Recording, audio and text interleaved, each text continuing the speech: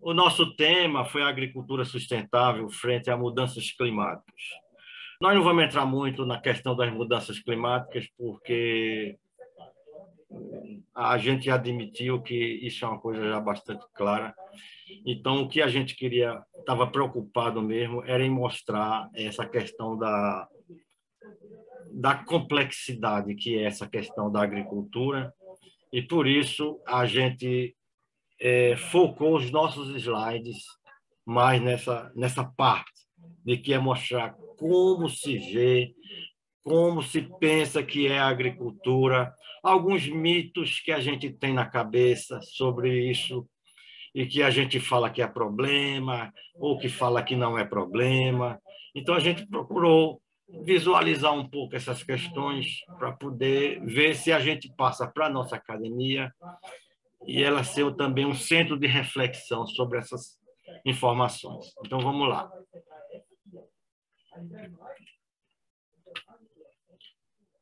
Eu tinha pensado junto com o Jorge, e Jorge fez a seguinte questão para mim: quais são as principais questões que você gostaria que as pessoas refletissem nessa apresentação?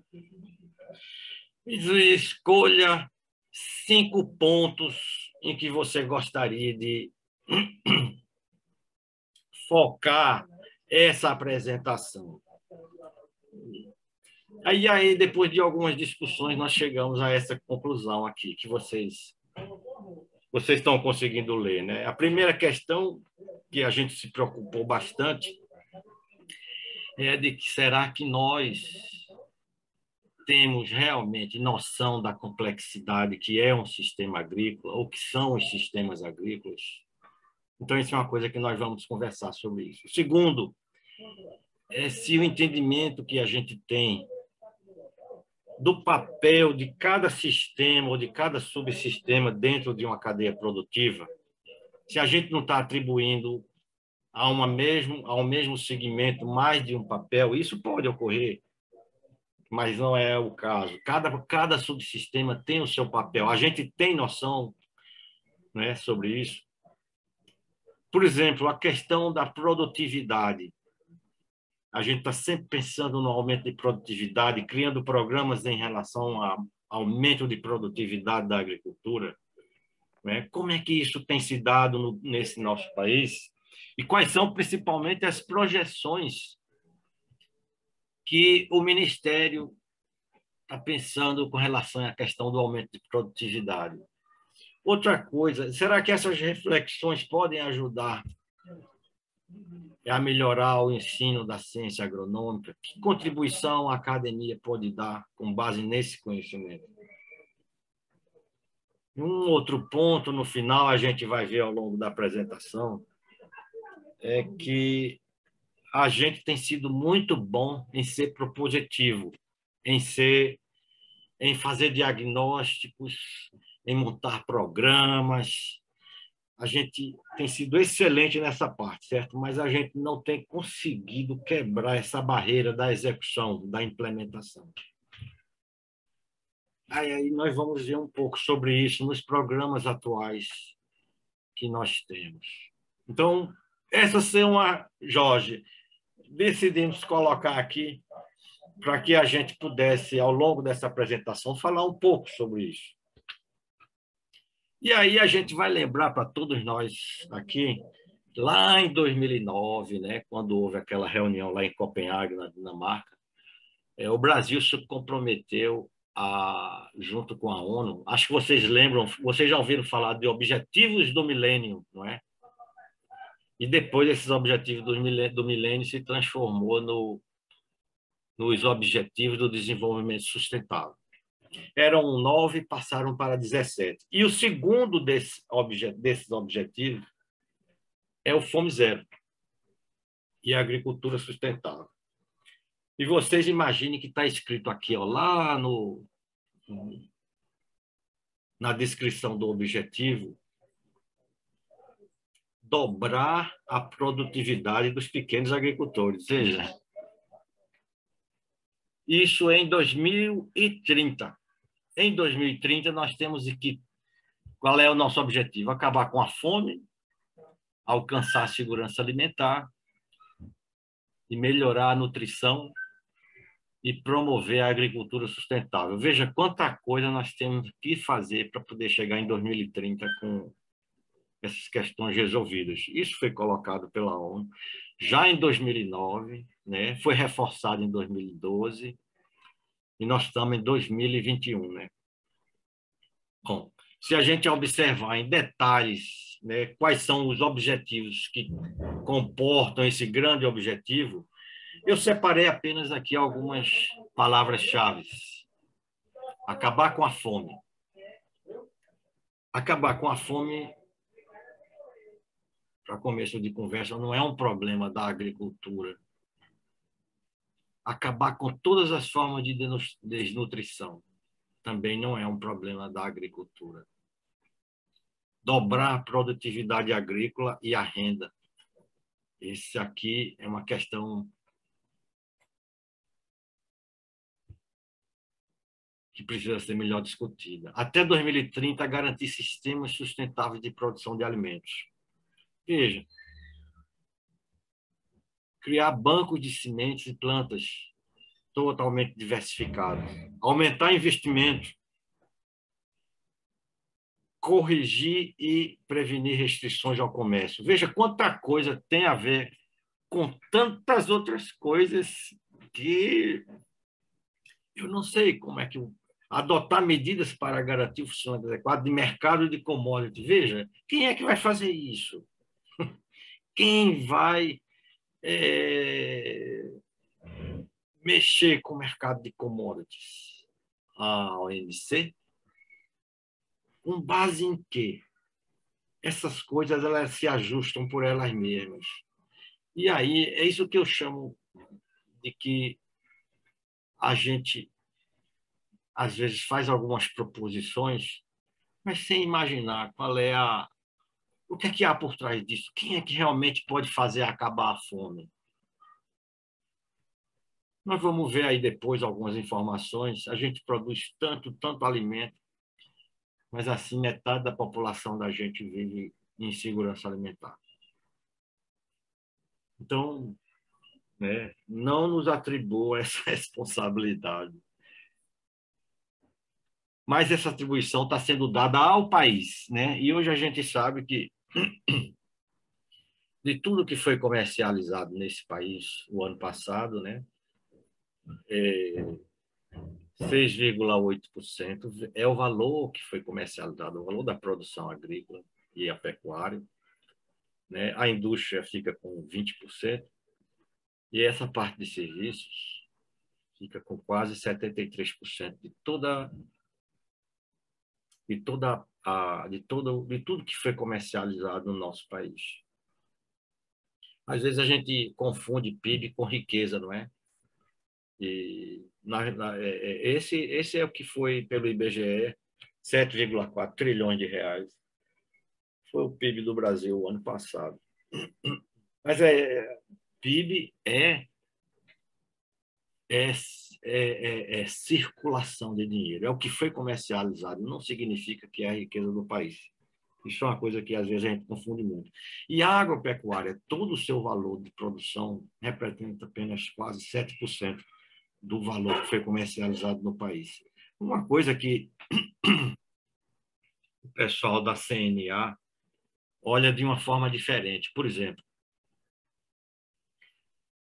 dos 7,45 trilhões que foram comercializados no ano passado, quando a gente inclui a parte de indústria e a parte de serviço ligada à questão do agro, aí vocês vejam o seguinte, a CNA ela eu não sei se representou quase 2 trilhões, está dando para ver aí, não é? Quase 2 trilhões. Ou seja, o agro como um todo, tanto na parte do que ele tem na parte de serviço, quanto ele tem na parte de processamento e de beneficiamento, quando você separa um pouco isso, a participação da agricultura como um todo vai para cerca de 26%, 25%. Né? E se você separar dentro desse agro a parte pecuária e a parte vegetal, né? Essa parte vegetal fica com 68% do valor e a pecuária com 32%. E aí, tudo que é vegetal, incluindo, inclusive, as pastagens, né? Bom, só para a gente ter, para efeito de comparação, em Pernambuco, o PIB hoje já está em torno de 200 milhões, mas é mais ou menos essa relação. É um pouco menor que a do Brasil, certo? Isso em 2018. Também houve um pequeno aumento, em torno de 5% hoje em dia, mas não é muito diferente, certo? O nosso agro aqui está em torno de 5% do todo o valor do que foi comercializado ao longo do ano. Bom, e aqui nós vamos agora passar para aquelas questões que a gente colocou no começo. Jorge, tem alguma coisa para falar? A observação é que, como muito bem você salientou, isso é o que está registrado em termos de comercialização. Aquela comercialização que é feita no local, que é feita direta, ela não entra nesse PIB, que é importante. Muito bem. E tem bastante, não é? Exatamente. Passando um pouco para essa questão dos sistemas. Se a gente olhar hoje para a nossa agricultura, nós vamos ver esses tipos de sistemas. Convencionais, sejam eles intensivos ou extensivos, os sistemas integrados, tecnologia hoje muito bem difundida, que chama ILPF, integração lavoura-pecuária, e entre outros, né? E sistemas orgânicos. E Jorge fez o seguinte questionamento: e os extrativistas? Não é? Você vê, é um olhar assim, bem de forma direcionada ao que está sendo modificado do ecossistema pelo homem, não é? Então, nós temos diversos tipos de sistemas convencionais, temos as integrações e temos os orgânicos. Mas aquele que ele vai lá e extrai sem mudar a paisagem, que seria um sistema extrativista, que tem de diversas maneiras, tudinho, certo? Aí, quando você olha na forma convencional de definir a agricultura, ele não aparece. Então, isso é uma coisa para a gente pensar, porque tem muito sistema extrativista que é viável economicamente. Inclusive, algumas empresas se aproveitam muito disso aí, sem modificar o ambiente. Então, digamos aqui que a gente está olhando para aqueles sistemas em que há uma intervenção de modificação no ecossistema, né? Inclusive, quando eu era jovem, a gente aprendeu que ecossistema é o sistema natural. Agroecossistema é quando o ecossistema sofre a intervenção do homem. E, de repente, eu comecei a escutar falar do ecossistema financeiro, do ecossistema tal, do ecossistema tal. Quer dizer, tudo virou ecossistema. Então, toda aquela significação do que a gente tinha natural e o que tinha sendo modificado, eu acho que o povo enlouqueceu. Bom, mas vamos lá. E aí foi feito um questionamento a diversos segmentos da sociedade e a seguinte pergunta foi feita: como é que você visualiza o sistema de produção de alimentos? E mostrando aqui rapidamente num quadro, você tem o seguinte: 47% dos respondentes eram das academias, das universidades, né? 10% das agências de governo,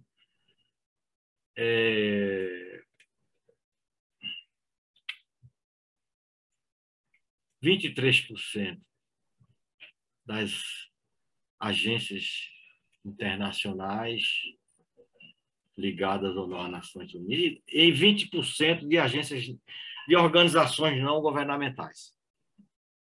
Então, foi perguntado como você visualiza o sistema de produção. Aí eu achei a resposta impressionante. Aqui tem a resposta da maioria do pessoal. Então, vocês imaginem a complexidade que é um sistema produtivo, um sistema de produção. O que é uma cadeia de produção, o que é o agro, como ele é. Então, era essa a primeira reflexão que a gente queria fazer para vocês.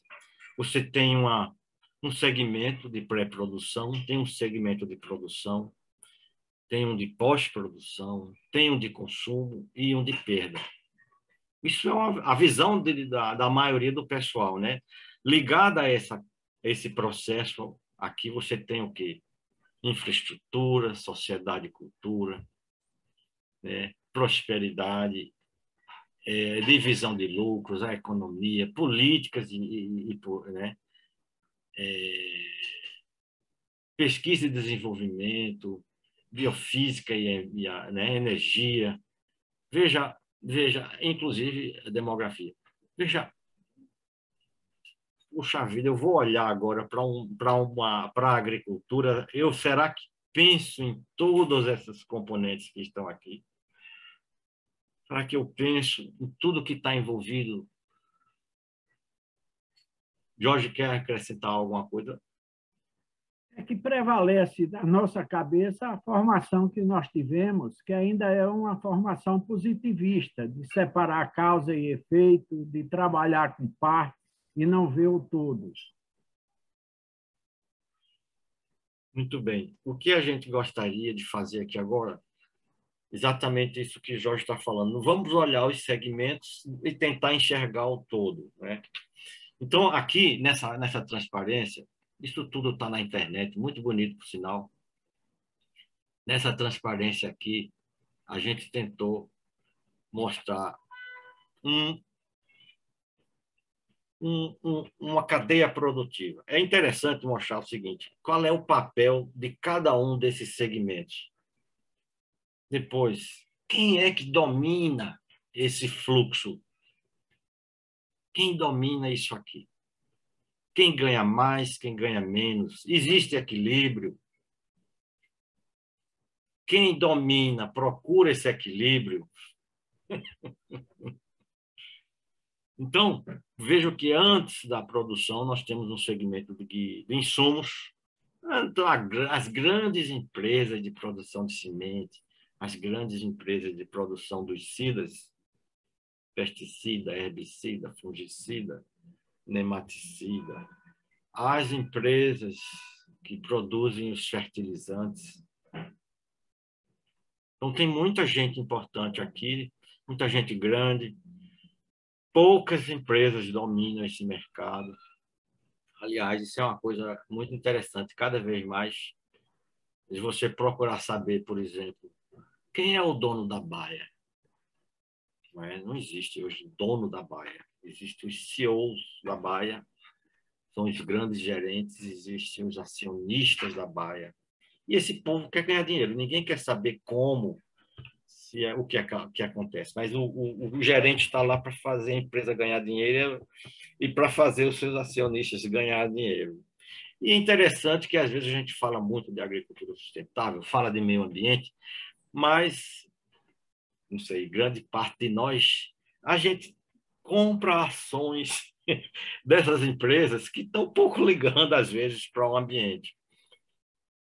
Elas estão cumprindo o seu dever, que é ganhar dinheiro. Então, a gente às vezes não se liga, né, muito nisso.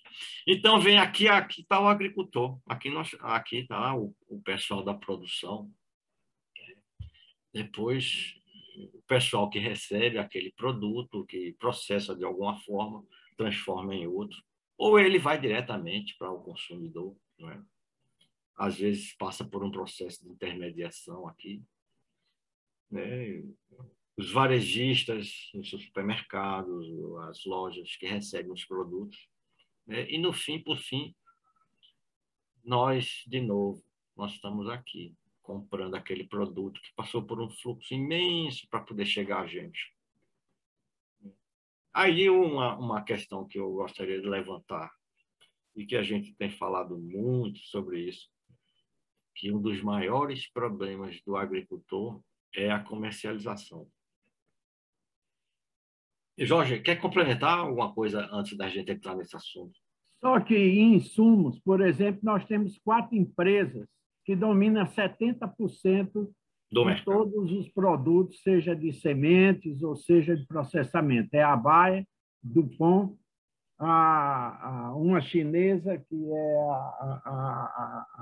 e uma outra que é... Ou seja, 4 empresas dominam 70% da produção de insumos para a produção. E isso implica uma outra questão, que é que tipo de desenvolvimento nós queremos. Nos anos 50, o nosso processo foi de implantar indústrias automobilísticas. E nós continuamos, em 2021, a exportar matéria-prima. O que é que isso significa em termos de desenvolvimento para o país? Como é que a gente está agregando valores a essa produção?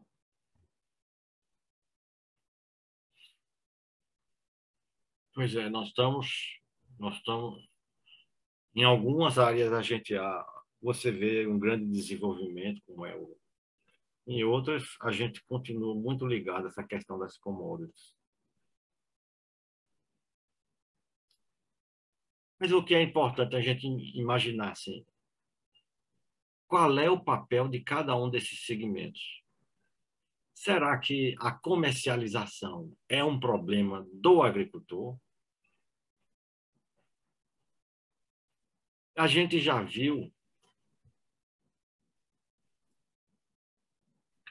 por exemplo, vamos analisar aqui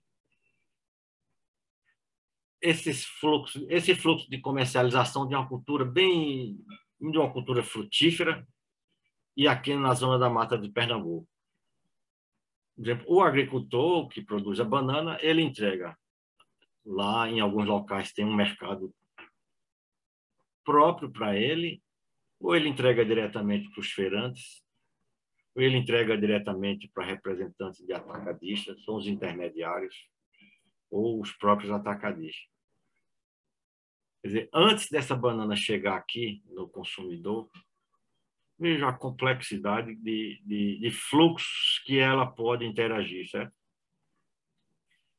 Ou diretamente na feira livre, ou nos sacolões, hoje tem os frutões, né, da vida, os supermercados, e então mandar também para outras regiões. Então, observe que se o agricultor se articula bem com os seus intermediários, a comercialização não é um problema dele. Mas se ele não se articula, essa comercialização, esse setor de intermediação passa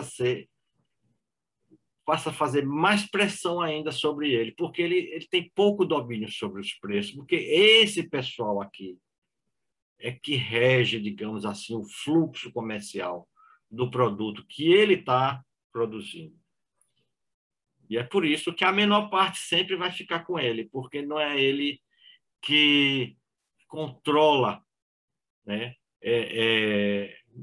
Então, o consumidor não faz nem ideia, certo? Não faz nem ideia do fluxo que tem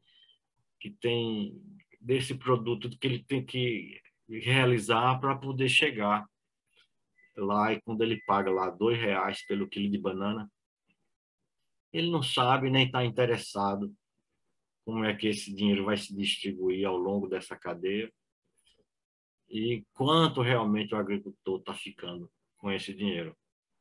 Jorge, quer falar uma coisa ainda sobre isso ou antes? Não, talvez o seguinte seja muito expressivo no que diz respeito a isso que você está colocando. E aqui a gente fica olhando esse fluxo de acumulação do dinheiro, né? E e observe que os vários segmentos da cadeia, eles acumulam mais dinheiro do que o setor produtivo. A gente até já sabe muito disso, mas a gente volta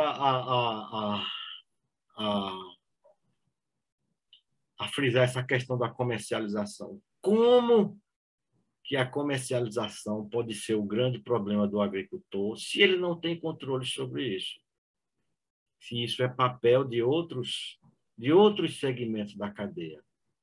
O papel dele é de produzir.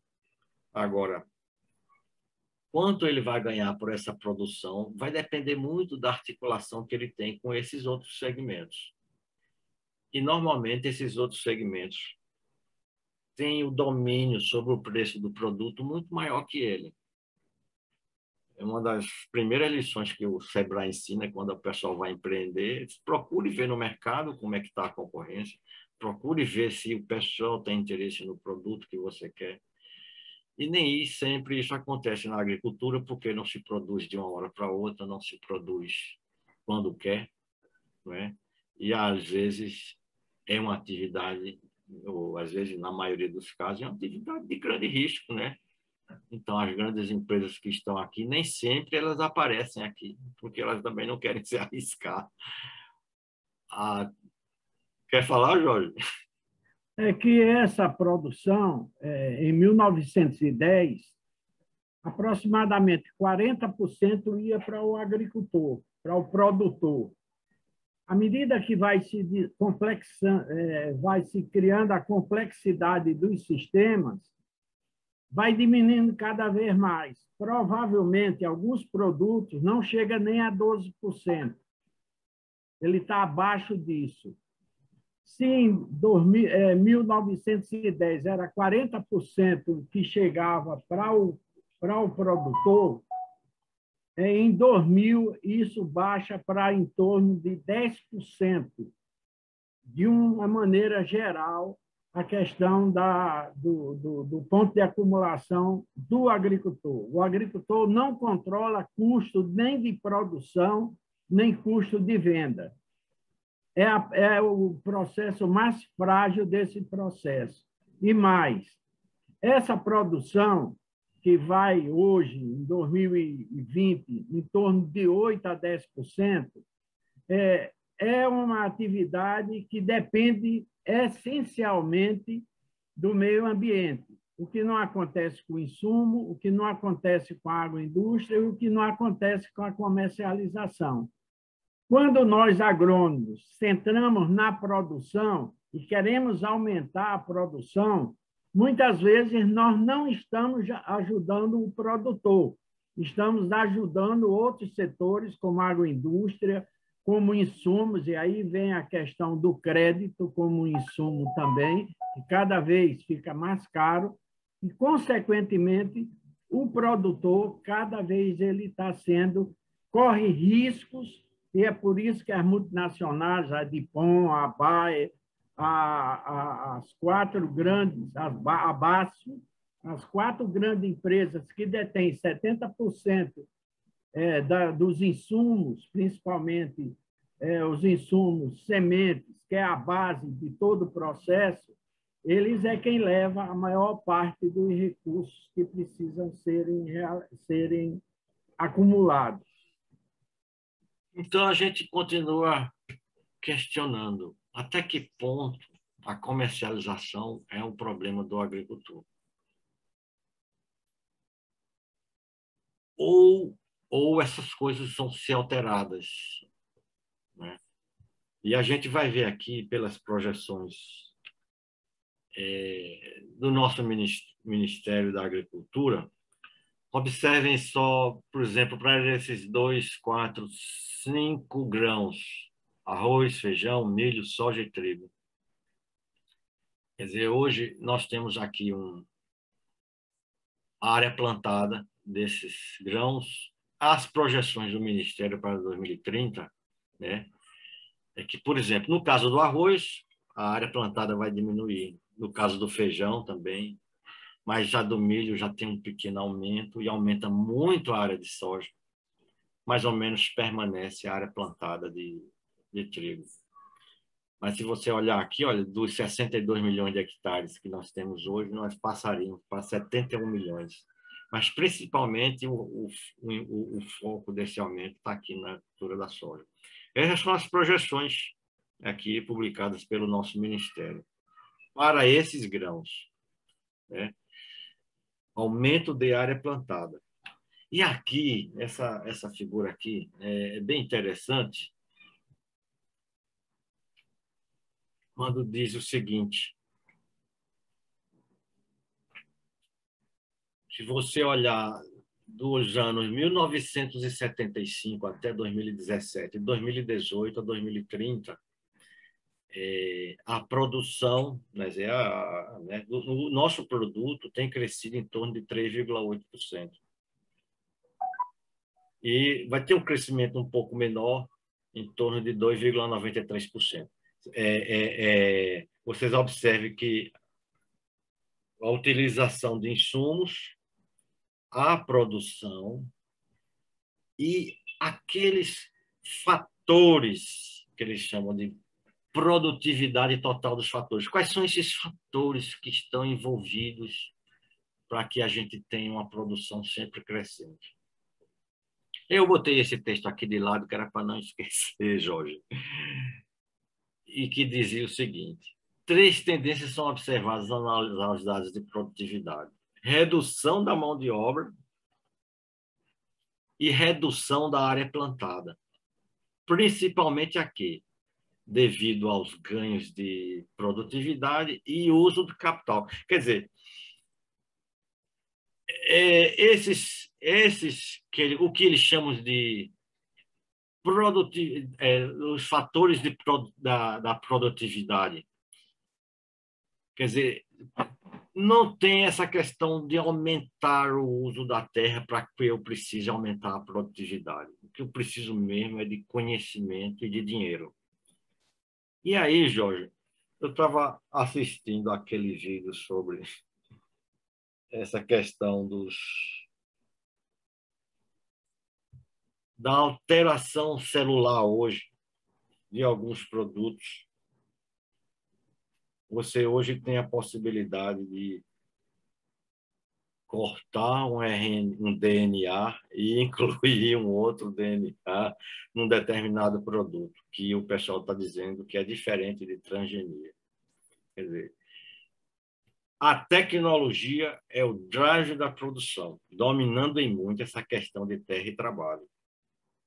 E essas são as projeções do Ministério, certo? De que nós vamos continuar crescendo com base nessa questão da tecnologia e do investimento.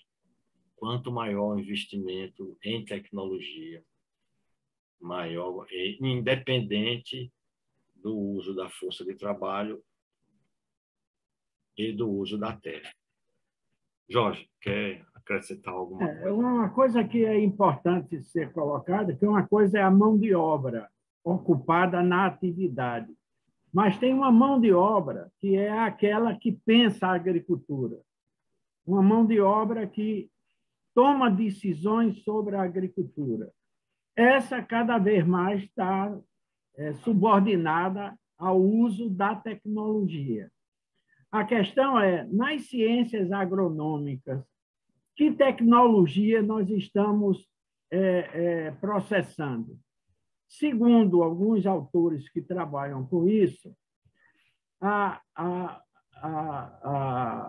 o incentivador, ou o inoculador, a intervenção na engenharia genética, ela provoca alterações que, na terceira ou quarta geração do produto, pode ser um produto completamente diferente daquele produto original que deu origem à intervenção genética.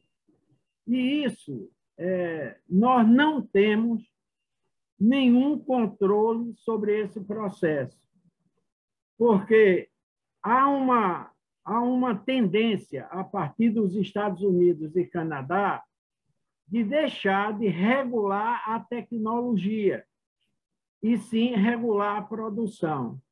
Quando você regula a tecnologia, essa tecnologia deveria ter uma preocupação com as externalidades, ou seja, o que vai acontecer depois, o que não acontece hoje com a questão da produção.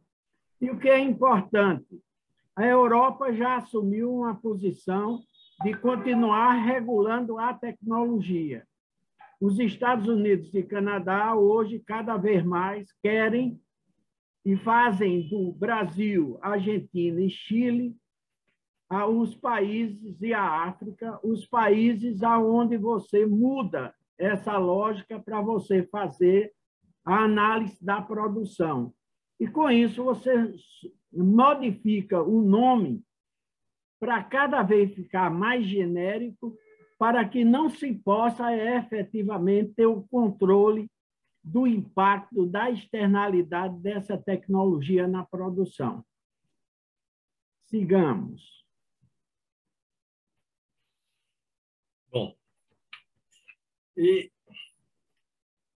Bom, dentro desse quadro, a gente trouxe aqui uma transparência nova, Jorge, que mostra, por exemplo, como, se você comparar entre os dois censos agropecuários, 2006 e 2017, o número de estabelecimentos e a área, focando aquela questão da projeção do Ministério. Se você observar por região, em algumas houve uma diminuição, tanto do número de agricultores, quanto da área destinada ao cultivo agrícola, certo? Ao uso agrícola. Então, por exemplo, se você pegar a região norte, havia 5 milhões e 100 mil estabelecimentos e tinha uma área total cultivada ou em uso de 330 mil hectares, 330 milhões. Aí você vê isso no Brasil, certo? 333 milhões. Se você vê hoje, nós temos um número menor de estabelecimentos.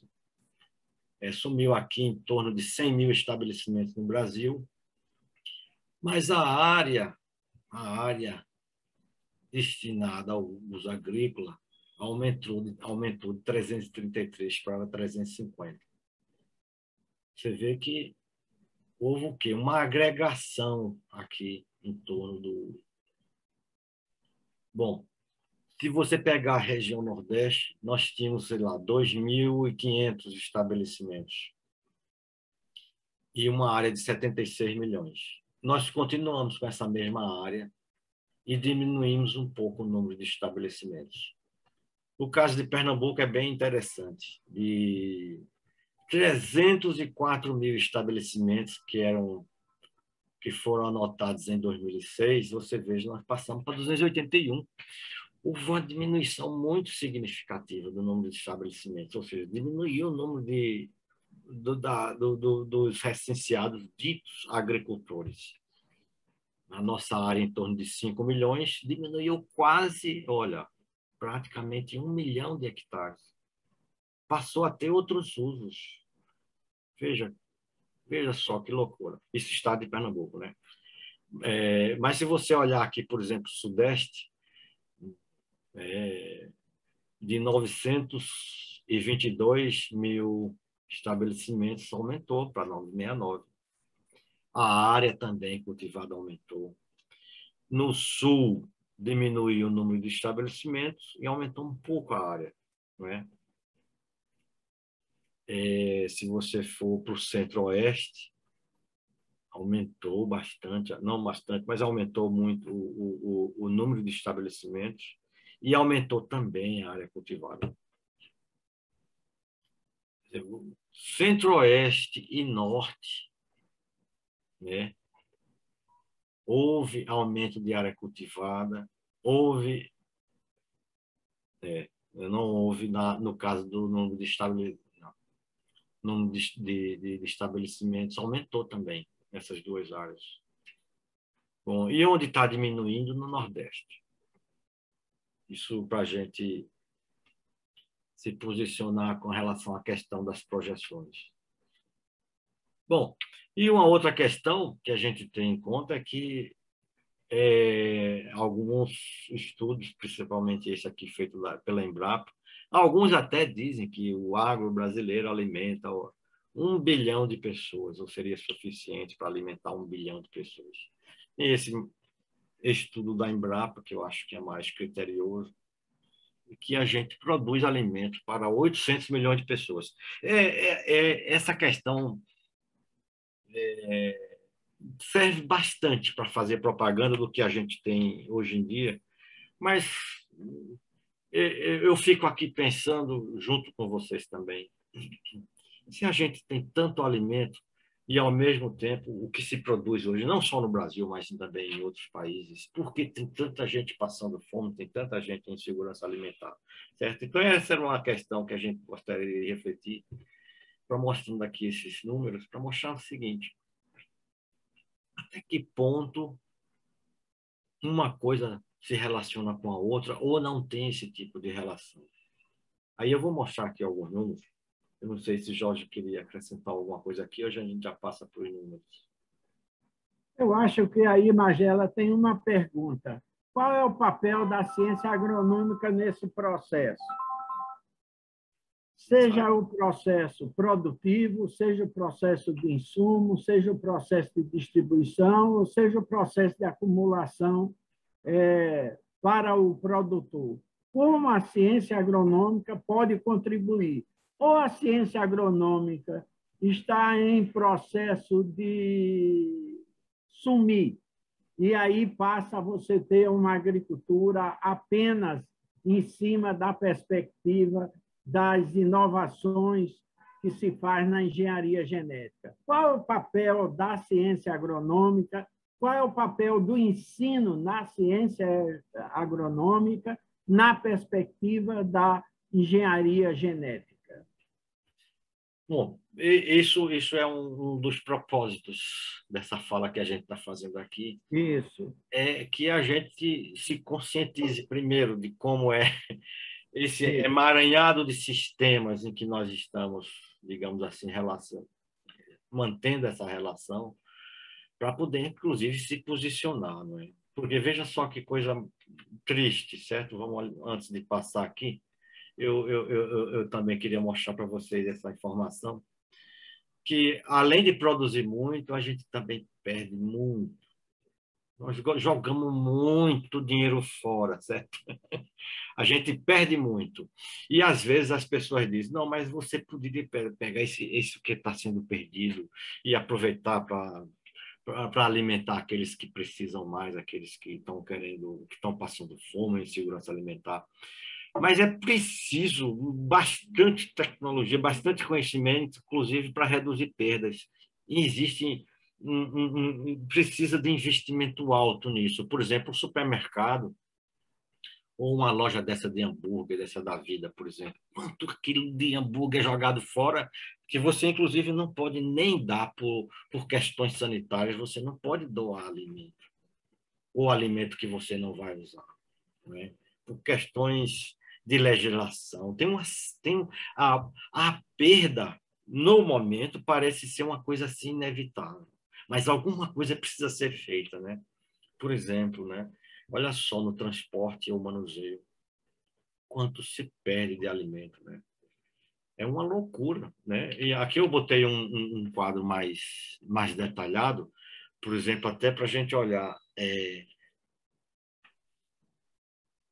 Em 2016, por departamento, por exemplo, frutas, legumes e verduras, o percentual só no varejo, em torno de 6%, padaria e confeitaria, 5%, nas rotisserias, na peixaria, nas carnes, quer dizer, no caso das hortaliças, por exemplo, alface, abobrinha, batata, beterraba, cenoura, couve-flor, pimentão, tomate de mesa, quer dizer, os campeões de perda, alface e couve-flor, porque são folhas, aí ou consome logo ou se perde logo. Quer dizer, com essa questão aí, o Brasil joga fora em torno de 7 bilhões de reais, que os supermercados também deixam de aproveitar ou deixam de faturar. Foi isso em 2016. Quer dizer, o que é que o consumidor pensa? Primeiro, eu me lembrei muito da questão da melancia. O cara olhava para a melancia e tinha uma manchinha e dizia: é de segunda. A aparência é o principal fator que o consumidor leva em conta na hora de comprar algum produto, né? Então, frescor, preço, cor, tamanho, quer dizer, se é ou não da estação nem tem muita importância. E o formato, olha essa,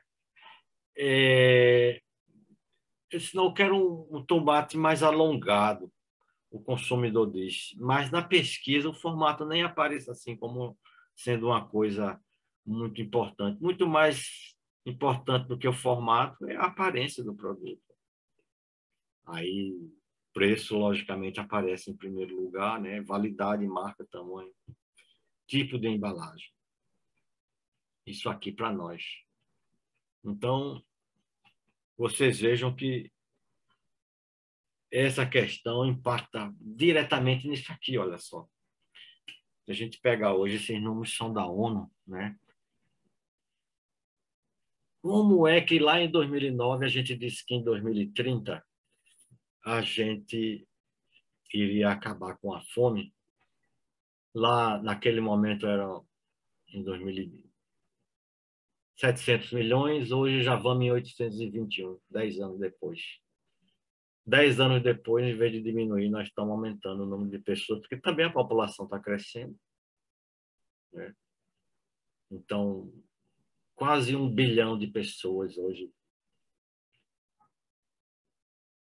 vivem com fome no mundo, né?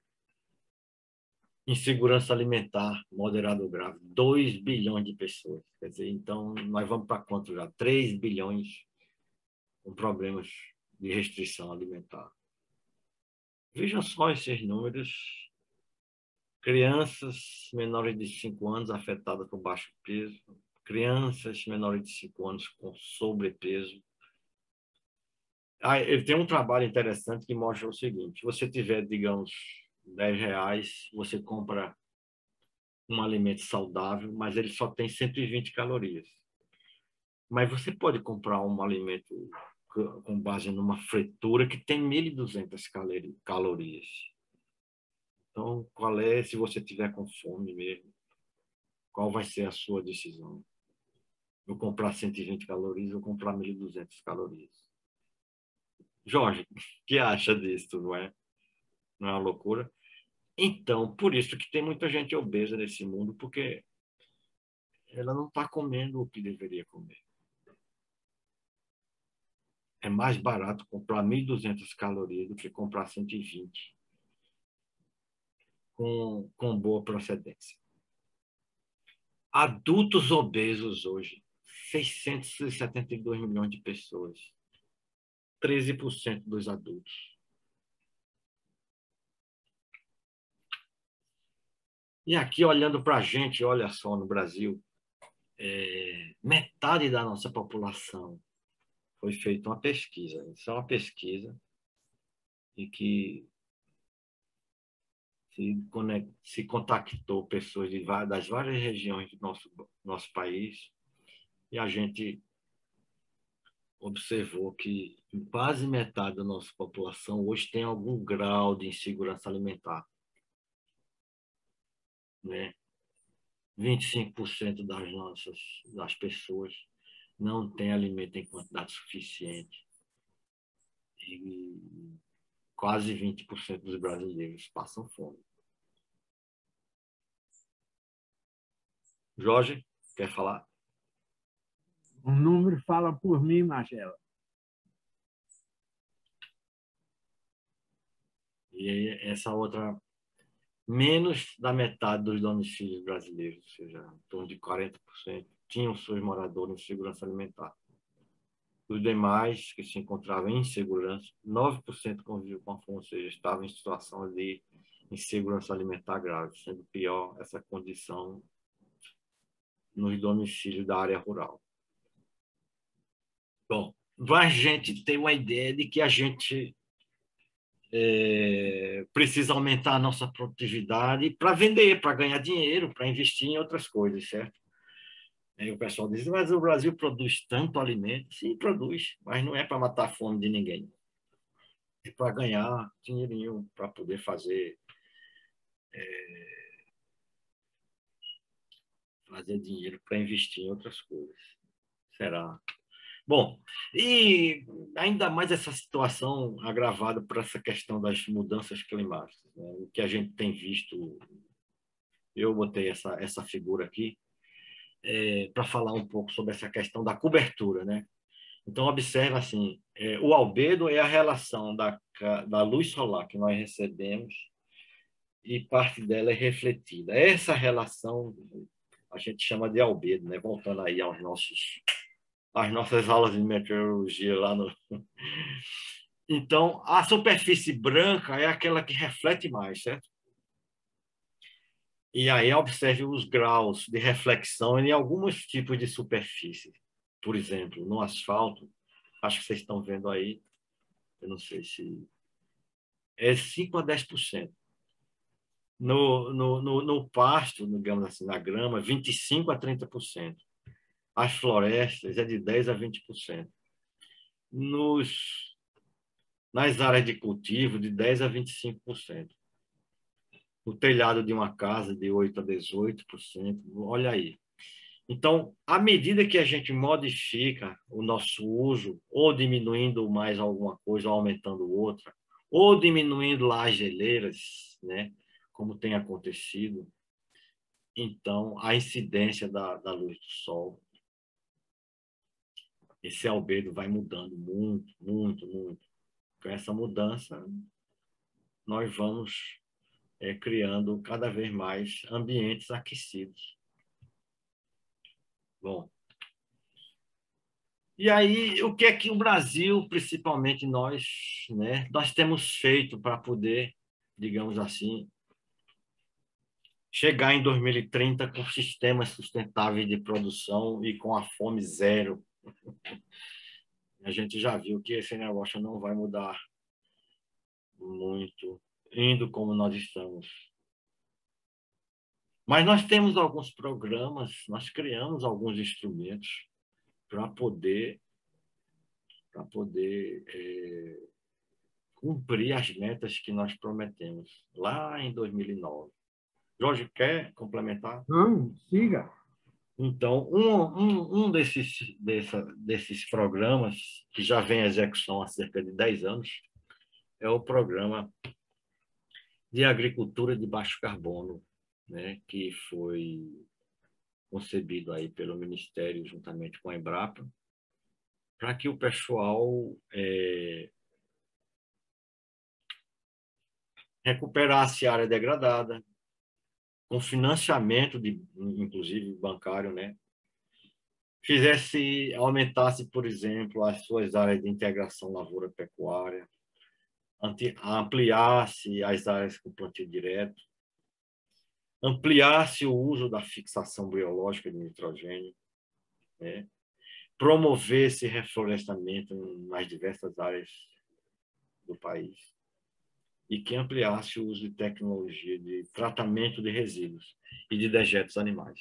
Então, essas eram as tecnologias que foram colocadas à disposição de todos os agricultores e de todos os pecuaristas, e com dinheiro, com financiamento a juros relativamente baixos, né, pelo Banco do Brasil, pelos bancos regionais de desenvolvimento e pelo BNDES, né, para que isso, em 2010, né, logo depois da Conferência de Copenhague, foi elaborado já vinha sendo elaborado esse plano para o país, que o Brasil tinha a meta de, com essas tecnologias sendo implantadas em larga escala, diminuir a emissão de gases de efeito estufa. E, inclusive, metas a serem cumpridas para cada uma dessas tecnologias, havia metas para a diminuição do gás de efeito estufa. E aí,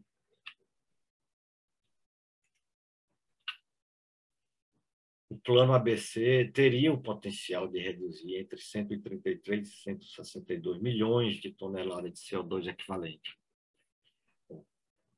Após 10 anos, né, algumas dessas tecnologias foram implantadas com recursos de financiamento e muita coisa foi implantada sem a interferência direta do programa, né?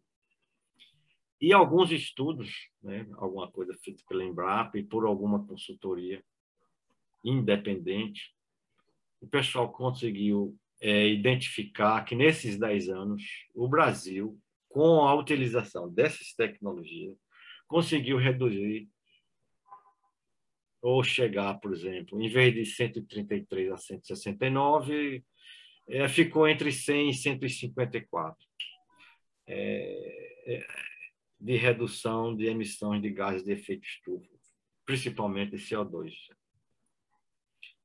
E em 2020, né? O que acontece agora é que o plano passa por uma nova edição para os próximos 10 anos, né? E o pessoal começa a avaliar, né, qual foi o alcance que teve esse plano, como foi a sua execução localmente em cada um dos estados. Cada um dos estados se comprometeu a elaborar o seu próprio plano, publicar e ter as suas metas locais, né, de execução.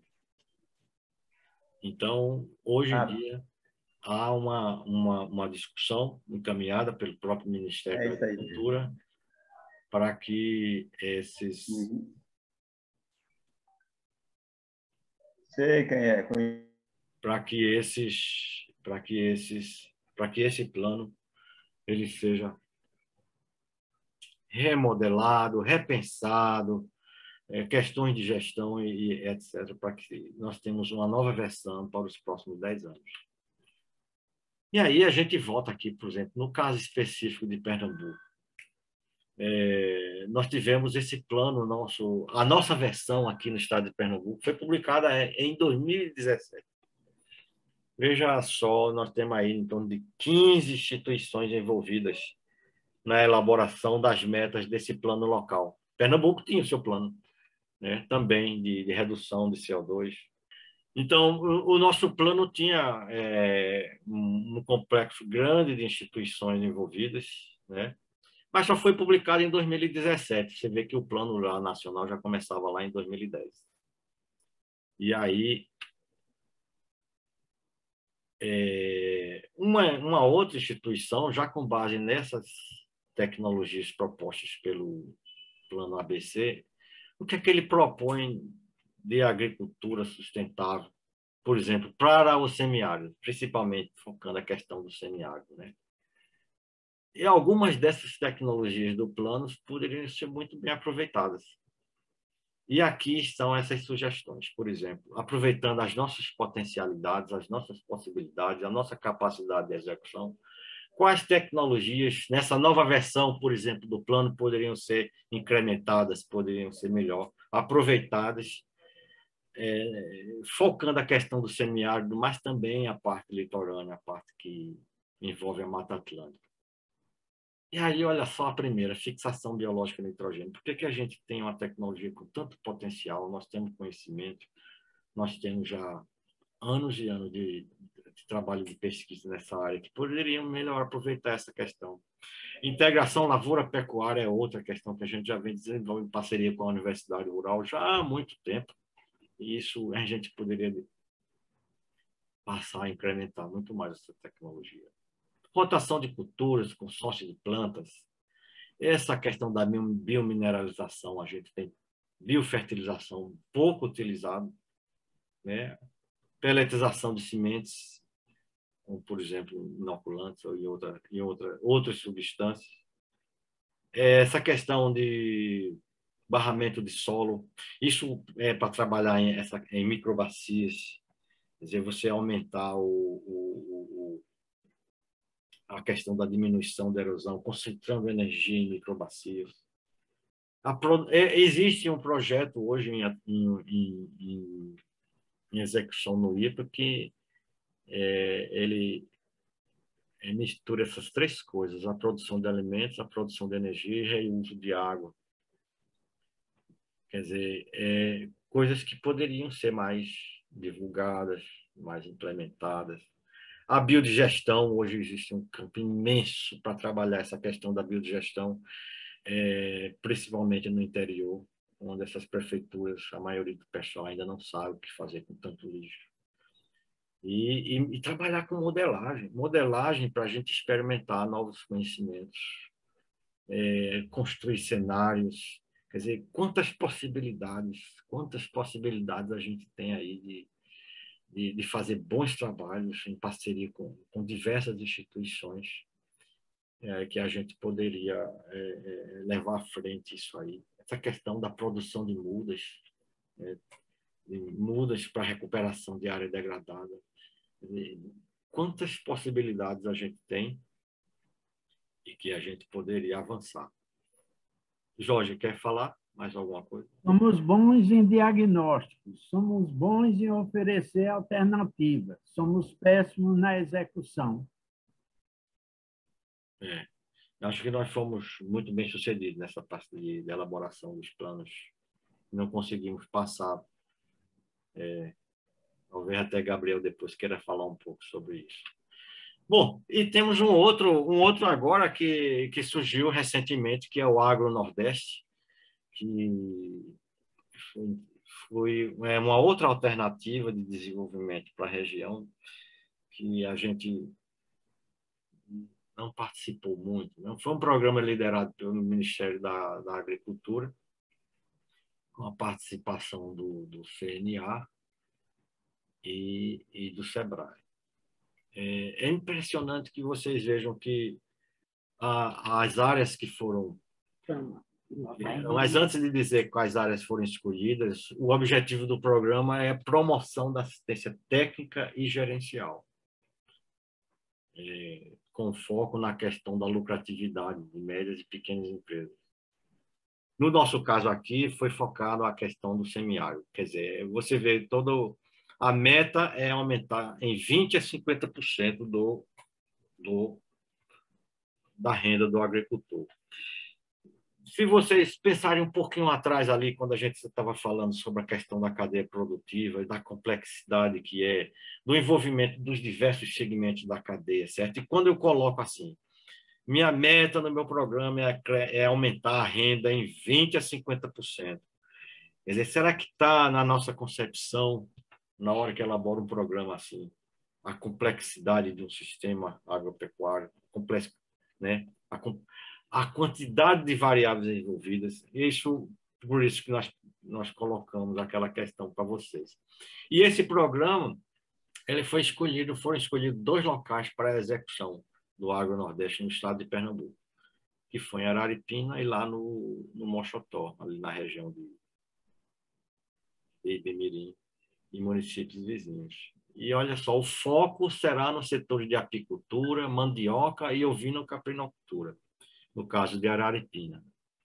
E pelo diagnóstico dos técnicos do Ministério, o pessoal disse que havia dificuldade de acesso ao crédito, falta de titulação de terras, e o pessoal não tinha o CAR, que é o Cadastro Ambiental Rural, e também não tinha DAP, que é a certidão de aptidão. Uma certidão que diz que o cara é agricultor, que é a DAP, né? E havia um déficit de assistência técnica. A gente viu pelos... É interessante isso. A gente viu pelos dados do agro de 2017, especificamente em Pernambuco, né? 97%, 93% dos agricultores, quer dizer, o pessoal informou para o censo que não tem assistência técnica. 95%. Tem uma história engraçadíssima que o recenseador chegou na propriedade para conversar com o agricultor e ao lado dele estava o técnico do IPA. E o recenseador perguntou para o agricultor: o senhor tem assistência técnica? Ele disse: não. E o menino do IPA olhou para ele e disse: o que é que eu estou fazendo aqui? Então, o agricultor não sabia o que era assistência técnica, né, eu acho. E todo aquele trabalho do pessoal do IPA, de fazer curso, de levar informação e tal, ele não acha que isso não é assistência técnica. Então, veja como são as coisas. Se você perguntar para o agricultor se não recebe assistência técnica, ele vai dizer não. Talvez até por outros interesses, né? No caso do Mochotó, por exemplo, o pessoal vai investir na qualificação de um curtume para processamento lá do couro de caprino, instalação de um frigorífico e regularização de cooperativas locais. A gente sabe lá em Floresta, por exemplo, tem um grande frigorífico lá em, acho que é ali onde tem uma estação experimental da Rural, como é aquela no Sertão Central ali, também tem frigorífico lá no Pajeú. Parnamirim. Então, também, mais frigoríficos que não chegaram nem a ser concluídos. Bom, bom. E mais impressionante ainda, para assim, você observar, por exemplo, o próprio Pio Guerra, quando recebeu esse programa, ele representando aqui a FAEP, a nossa federação, disse o seguinte: esse é um projeto que o governo federal manifestou discussão de um plano para o semiárido nordestino. O MAPA e a Embrapa selecionaram esses territórios. E a CNA, que é a Confederação da Agricultura e Pecuária do Brasil, e a FAEP, aqui a nossa Federação da Agricultura de Pernambuco, ainda não receberam os detalhes desse plano. Vamos esperar essas informações para analisar os setores que serão contemplados e saber como será esse trabalho de desenvolvimento. Quer dizer, Ô, Geraldo. Oi. Geraldo, você imagina quem coordena o programa, como a Federação da Agricultura e o Senar, a CNA como um todo, não receber informações, imagina os estados que não participam. Pois é, não, eu achei interessante que isso está publicado na própria página do está publicado na internet essa informação, que eu achei porque é o seguinte, como tem um programa para focar a questão do Estado, ele mostrando assim que houve pouca discussão sobre isso, né? Mas é um programa, inclusive o IPA, juntamente com a Embrapa, está participando de um projeto sobre capacitação em ovino-caprinocultura. Envolve a questão de divulgar o melhoramento genético que é feito lá na Estação Experimental de Sertânia. Né? O Lucas, que é o nosso pesquisador lá na área, junto com o pessoal da Embrapa, de Sobral, da Caprino Ovinocultura, vai participar de um projeto que é financiado ou apoiado por esse programa para capacitação de agricultores. Isso, chama-se Caprigênesis. Caprigênio. Bom, e aqui a gente já finalizando a nossa conversa, vamos mostrar aquilo que Jorge vinha enfatizando, que a gente é muito bom na proposição, né? Mas ainda a gente precisa melhorar na nossa execução. Nós temos muitos instrumentos já prontos, né? Aqui pelo nosso governo e pelas nossas parcerias entre IPA e universidade, né? Entre IPA e as outras instituições, né? Outras instituições que estão instaladas aqui no Nordeste também. Então, você veja só o estado de Pernambuco, ele está, de certa forma, bem preparado do ponto de vista de decreto, de legislação. Nós estamos bem. O que a gente precisava era aí Gabriel podia depois falar um pouco sobre isso, como nossas lideranças implementarem essas coisas que a gente já discutiu, né? Nós temos uma política de recursos hídricos. Até agora há pouco o João estava falando, olha, é problema de gestão de recursos hídricos. Sim, mas cadê a gestão? Nós temos já uma política, desde o ano de 2005, que nós temos uma política estadual de recursos hídricos, né?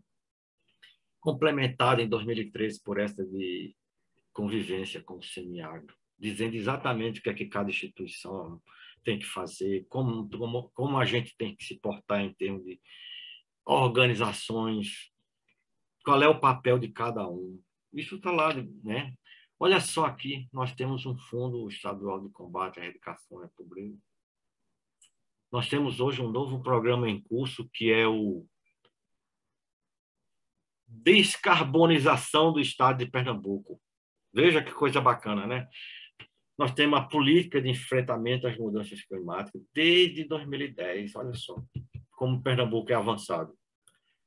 Nós temos combate à desertificação desde 2010. Você vai. De segurança alimentar e nutricional, né? Veja, nós chegamos inclusive a ter um conselho em Pernambuco discutindo essas questões. No caso do nosso instituto, no IPA, nós temos o quê? Um orçamento, só para finalizar vocês aqui, que é 0,26 do orçamento do Estado de Pernambuco. Nós estamos muito bem. Se você pegar, por exemplo, o orçamento da Embrapa e comparar com o Brasil, com o orçamento brasileiro, você vai ver que a relação é menor ainda do que a gente, do que a nossa. Mas se você pegar o dinheiro do IPA, grande parte dele é focado em obras de infraestrutura rural. Quer dizer, um pouquinho do dinheiro vai para pesquisa e um pouquinho vai para extensão. Não estou falando mal nem nada, mas como na cadeia produtiva, o agricultor recebe menos, o conhecimento também. Então, veja, nossos programas estão baseados em um grande trabalho de melhoramento na área animal, um grande trabalho de melhoramento na área vegetal e um trabalho nessa área de serviços e recursos ambientais e biotecnológicos. É logicamente que a gente não faz isso só, a gente vive trabalhando em conjunto com as universidades, principalmente a Universidade Rural, mas também com a Universidade Federal e outras instituições, a Embrapa, principalmente, apoio das fontes financiadoras, né? Mas, olhando para a diretoria nossa, que nós temos lá uma diretoria de pesquisa, uma de extensão e uma de infraestrutura. Eu estava mostrando isso aqui para tentar relacionar com o que a gente viu antes, né? Por exemplo, do programa ABC e o Agro Nordeste. E observe as nossas ações. Esses programas realmente não foram discutidos em nenhum nível. E a gente não se enquadra também muito neles, entendeu? Então, são essas coisas como se fossem coisas paralelas que estão acontecendo, uma independente da outra. O governo de Pernambuco tem um programa grande com essa questão da agricultura de baixo carbono, mas já criou um novo programa que chama Pernambuco Descarbonização e tal, já com outra conotação. Eu fico perdido dentro desse meio todo de institucionalizações, legislações. O que está faltando, hein, Jorge? O que falta para nós, para a gente passar um pouco, para se organizar mais dentro desse mar de instituições que nós temos, com tanta legislação, com tantos programas, e a gente não dá aquele... Magela, eu acho que é extremamente importante essa declaração de Pio Guerra, num programa da qual o CNA é parceiro institucional e etc., etc., o próprio Pio Guerra dizer que não foi consultado ou está esperando informação para ter uma posição, o que demonstra o pouco envolvimento da população, de maneira geral, principalmente aqueles envolvidos, com a própria definição do programa. A gente tem um programa de desenvolvimento sem envolvimento. Ou seja, as pessoas são convocadas a atuarem, mas não são convocadas a participarem efetivamente, seja das políticas, seja dos programas, seja das ações. Então, se trabalha como se nada tivesse. Um exemplo, uma pessoa do IPA tinha uma bolsa, procurou um programa de pós-graduação na universidade para que essa pessoa pudesse desenvolver e fazer na universidade rural esse programa de pós-graduação, e os professores informaram que não tinha nenhum pesquisador trabalhando naquela linha, portanto, não podia aceitar essa pessoa. mostra a desconexão, como cada um trabalha na sua caixinha sem pensar no todo. Ou mostra que, quando se pede que a agricultura produza mais alimentos, o problema não está em produzir ou não produzir mais alimentos, mas está muito mais no entendimento dessa complexidade que existe e da necessidade do envolvimento e efetiva participação. Bom,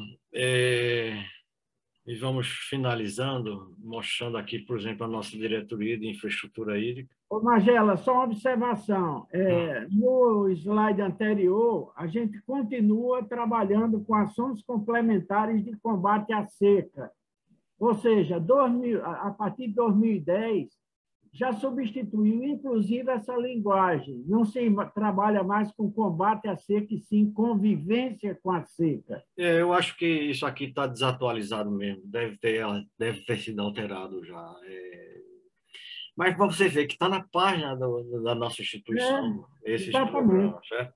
São programas aqui, por exemplo, que, se você olhar aqui, acesso ao crédito, educação profissional, desenvolvimento local, divulgação tecnológica, técnica de produção, incentivo. Você tem aqui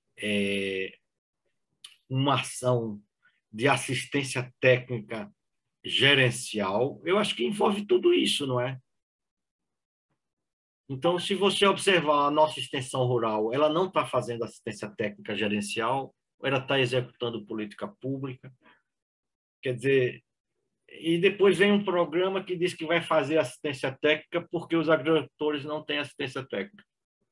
Bom, isso eu queria colocar esse slide aqui para mostrar, para que se reflita sobre isso, certo? Que eu acho que daqui a pouco vem um novo programa com uma nova roupagem, certo? E será que a gente vai ser sempre o do futuro? E aí, aqui um quadro que mostra uma outra diretoria que tem ações assim, por exemplo, muito práticas e que o pessoal gosta muito de investir, principalmente os parlamentares, né? Se você pegar das 30 emendas que o IPA tem hoje, 25 são voltadas para essas ações, né? Que são ações que dão maior visibilidade, que tal. Então, pouco Garante voto, de foto e que marcam a presença, né, das pessoas. Por exemplo, construir um poço e tirar um pouco de água, construir uma barragem, isso é uma coisa assim, talvez seja mais importante do que uma variedade melhorada, talvez assim. Por exemplo, você passa 10 anos trabalhando no melhoramento genético de uma variedade e depois você chega lá e faz um poço, né? E acho que isso atrai mais a atenção do... Quer acrescentar mais alguma coisa, Jorge? Porque eu acho que a gente... É importante o poço. Ninguém está dizendo, e nem você disse, que não é importante. O problema é que precisa ver como um todo. E aí, o combate à própria pobreza não pode ser apenas uma função da agricultura. Seria uma série de programas articulados, sistematizados, que tivessem um envolvimento não só do governo estadual, municipal e federal, mas da população na busca de solução desse problema. Bom, essa reflexão mostrando essa questão de forma mais sistêmica foi a intenção que a gente teve para que chegar no fim mostrando os nossos programas e como eles se articulam, né? Ou como não se articulam. Assim, olhando do ponto de vista assim mais otimista, eu digo assim que a gente é cheio de possibilidades, cheio de potencialidades, né? Basta viajar por esse país para você ver a riqueza de tudo que você puder imaginar, riqueza cultural, riqueza ambiental, de possibilidades. É uma loucura, é uma loucura. Agora, se você olhar para um lado mais pessimista, eu já tenho dito assim, eu acho até engraçado, a gente continua sendo um país do futuro. é um país do futuro e, principalmente, um país onde cada vez o capital concentra mais, onde cada vez o capital é quem determina as ações a serem implementadas, serem pensadas e serem trabalhadas. É o capital que é o grande sistema que se beneficia e que tudo gira em torno dele. Como é que a agricultura, um setor vivo, que envolve sistemas ou subsistemas de vida, onde a qualidade de vida deveria ser o objetivo, deixa de ser prioridade para a reprodução do capital.